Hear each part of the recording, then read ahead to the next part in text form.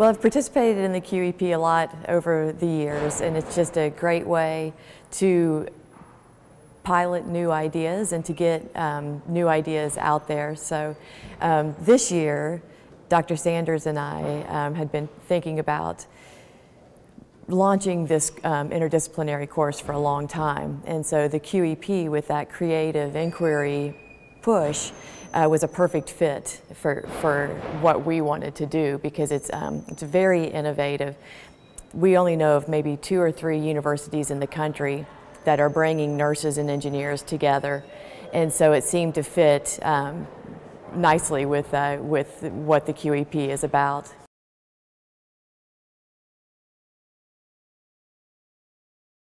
For me, creative inquiry means the faculty are working as coaches and not as you know, the lecturer or just the spouter of knowledge. We're scaffolding the students. We're helping them use the content that they're learning in their programs in a real-world, authentic basis. To me, creative inquiry means pushing the students beyond knowledge. They are driving it. They're creating knowledge as they go.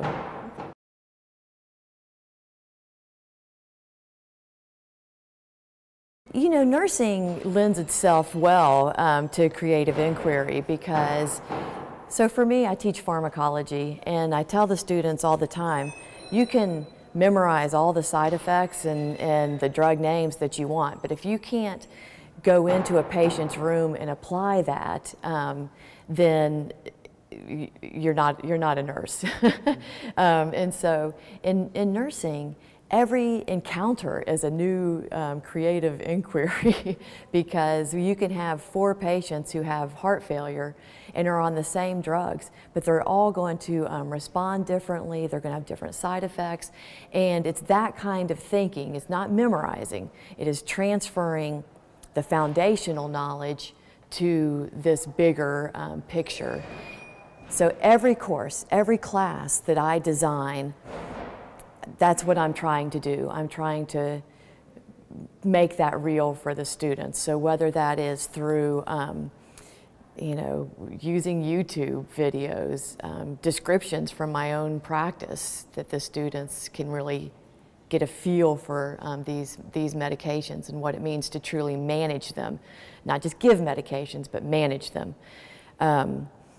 They get a feel for the variety of patients and the amount of information you have to synthesize in order to truly be a good nurse.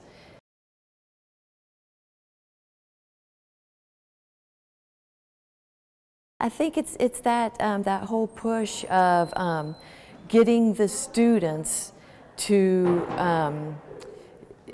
scaffolding them and mentoring them as they identify their interests and then connect that to broader real-world needs.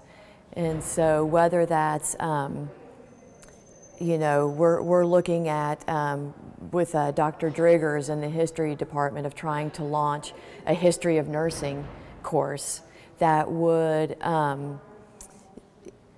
it would help nurses and historians kind of inform where healthcare's been and why that affects where we're going. So for the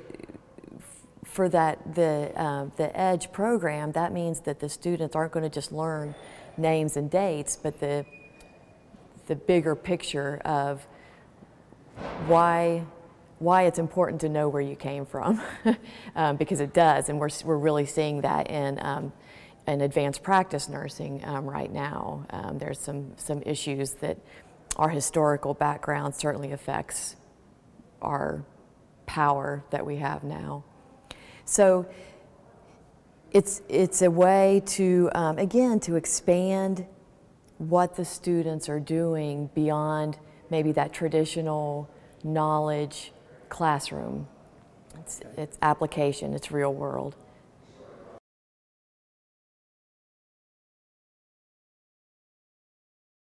For me, QEP has been a great way, one, to meet other people on campus. So as a faculty member, one of the first QEPs that I did when I arrived on campus was with another faculty member in nursing, and then we did a big workshop for people across campus. So through that, that's how I met Pedro Arce, so from chemical engineering, which started a long research relationship with that group. I would never have done that if I hadn't done the QEP. So getting outside of your area and meeting people from different colleges and different departments is really powerful.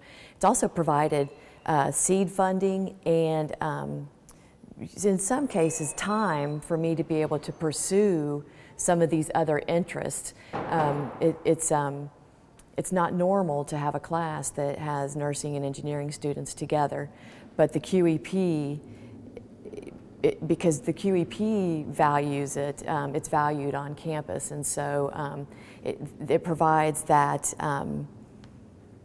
either seed funding or just that extra support for your research.